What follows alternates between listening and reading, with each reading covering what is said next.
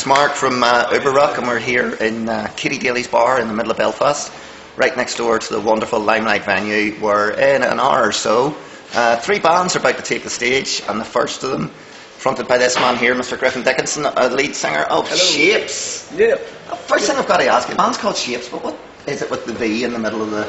The V, so it's... is it a cult thing? It's kind of, it was like a homage to our kind of eclectic sound influence, so it's a big thing in hip-hop to use the V's and stuff. And black metal as well. Yeah, and there was also a band called SHVPEPES from Birmingham who were a punk band, and they had an A in their name, and we were like, oh shit. So we just put a V in there, and we could use it for our marketing with the whole like flip the V idea, and it's again a homage to us, not to the name idea, which is to not let boundaries kind of define us by genre or anything like that. We just do what we want to do, and it was just flip the V to anyone who says different. So it's good. It's good stuff, because we had actually quite a few people when the bill came out says, how the fuck do you pronounce the name of the band? And also if you type SHVPES into Google, like you look at images and it's not going to come up with our band name. It's going to come up with like a big fucking square or oblong or something. Yeah. So it just makes you stand out. Yeah, and it's a bit of identity for us. You've been around for a while. Yeah. But you've only just brought out your debut album. Can you tell us a wee bit? It's got quite an unusual title because it's all about emotions and stuff. Yeah, well, the album's called Pain, Joy, Ecstasy, Despair, and it's basically about, as a concept, it's like a statement of acceptance that we just live in complete chaos. And although right now you might be in here having a pint, having a great time, you could walk outside and get hit by a bus. Do you know what I mean? It's fucking swings and roundabouts. Everything. Good things come, bad things come, and it's kind of just like an acceptance of that. It's our debut album. It's rocking. Go buy it if you haven't got it, or download it. I don't care. Just listen to it. What do you think of this whole free? You mentioned download. What do you think of this whole free download culture these days? It is what it is. I mean, there's peaks and troughs to it. I've got Apple Music now. Obviously, I still pay for that, but it's a mere tuppence of what I would normally pay for an album or something back in the day. 10 quid a month, and used to pay 10 quid a CD minimum. But I've listened to 5 times as much as I would have listened to back then. So in some ways it's good. Some ways you listen to more music, you can find new bands and stuff like that a lot easier, but they don't get any money for it. But we're still surviving, and we're tiny, so... But some similar to us is a music website. We get literally hundreds of emails every day with hundreds of MP3s on it from young up and coming bands. If you come across your band you like, would you still go out and buy a physical product? To be honest, now I very rarely buy something, unless I'm buying the physical copy of something. I'd love to say otherwise, but no, I don't. I just get it on my phone, listen the shit out of it, go, yeah, I'm bored of that one, next one. Just binge listen. The transient nature of modern society, of course, we all lead busy lives. So. Yeah. And also there used to be like an MVC on my high street, and that's gone now. I have to go to, it's about 4 or 5 miles now to get a physical CD, I think, from an HMV. So yeah, I don't really bother, honest. We returned before we came on camera. This is your first time, not you personally, but the band's first time on the island of Ireland. It's the first time crossing the sea, I think. You played Dublin last night. They're a pretty insane bunch down there, aren't they? Yeah, I mean, it was brilliant. It was couldn't have asked for better, really.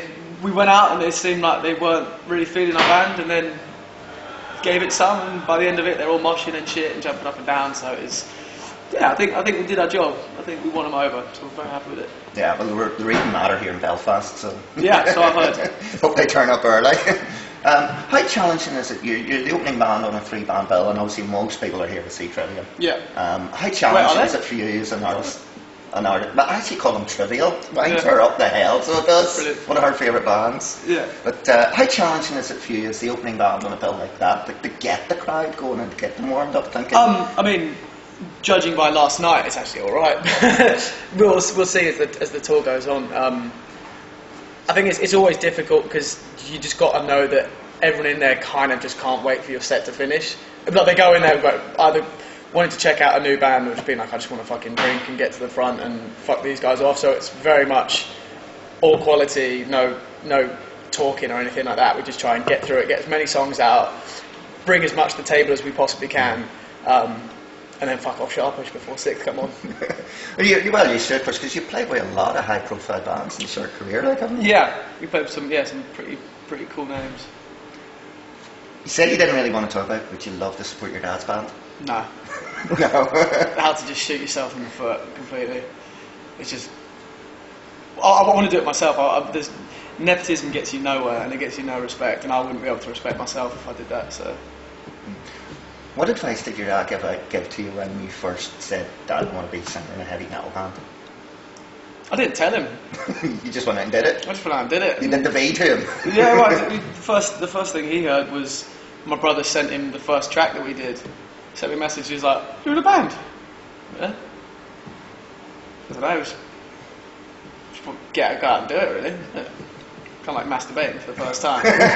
Don't really tell anyone you do it, but everyone knows you do it. So, actually, it's nothing like that, but yeah. Has he ever been to see you? Yeah, of course. He's my dad. Like, be a bit of a knob if he didn't. Especially if you're playing in the local pub or whatever. Yeah, totally. So you've got this pretty massive tour all the way across Europe and stuff with Trivium. What does the rest of the year then hold? See, you're lined up for some festivals and stuff. Yeah, the big boys, Hellfest. So we haven't had our slot announced for it yet, but we've got a fucking mental slot on that. So that will be cool. Got Grass Pop. Don't know if we've announced that yet. Shit. We got just have. Yeah. Fat Lip. Some other festivals. Loads of Amplified that are coming into my head as I'm speaking. No, not. That's what I've got in my head. Yeah. Be careful you don't give too much away. I think I've given away the one thing I wasn't supposed to give away. It's alright, we'll take the blame. Yeah, no worries. But, how important is it for you to play festivals? I know a lot of bands don't like doing festivals but feel they have to. But yourselves as a young and up and coming band, it really does expose you to new audiences, doesn't it? Definitely. We haven't actually played that many festivals. We played Download last year, and that was a huge opportunity. Like you said, it's kind of people coming in that haven't seen us before. But then the only other festivals we played is one called like NAS Festival. It's like a big skateboarding festival and extreme sports and stuff, and that was fucking diabolical. We literally played to the sound man, and then the whole tent was here. There was no one in the tent, and then like on the mound outside the tent, like having a picnic before we came on, and then like for the majority of our set there was 2 people. So I think you could say we played to 3 people that show, but I don't even know if they were listening or if they were just having a picnic and we just happened to interrupt it. But yeah, I think some of them, the smaller ones, they can kind of be a bit of a pain in the arse because at least in this environment you have to listen to us. If you're in the room, you're listening to us. There's no one else to go and see. But when Tony Hawk's on a vert ramp round the corner and you're like a brand new, fresh-faced band trying to pull a crowd, it can be a bit of a bitch, but it's all character building. It's all you see. What you need to do at any festival, particularly if you're playing a tent, is to pray to the weather gods so that it shits down about 2 minutes before you go on stage. Yeah, and nobody's got any choice because they'll come running. I saw it happen at Bloodstock 3 years ago. Band started their set, went on after Triptychon, Tom T. Warriors band, and there was like 4 people in the tent, and all of a sudden the heavens opened and there was 2,000 in the tent watching. Yeah. That's what you need. Pray to the weather gods just before you go on stage. Sorry. Or stand over it with watering cans. Let's get someone with a hose. Or pull a gimmick. Yeah, the gimmick. We've seen this on Twitter over the past couple of days. The foam fingers out in the venues. Oh, yeah. Where'd that come from?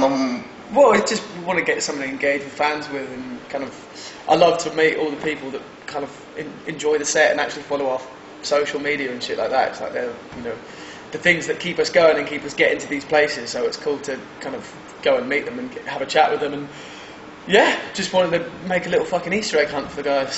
So, how difficult is it to hide a foam? Well, we've only done one, but there was like a great bit of like velvet red, kind of crimson coloured wall shenanigans in this venue yesterday. So I managed to camouflage it in with that. And this bloke walked straight in, spotted it, grabbed it. So yeah, he had it for our set and was giving me the fingers on the top deck. But yeah, I think we'll get more inventive.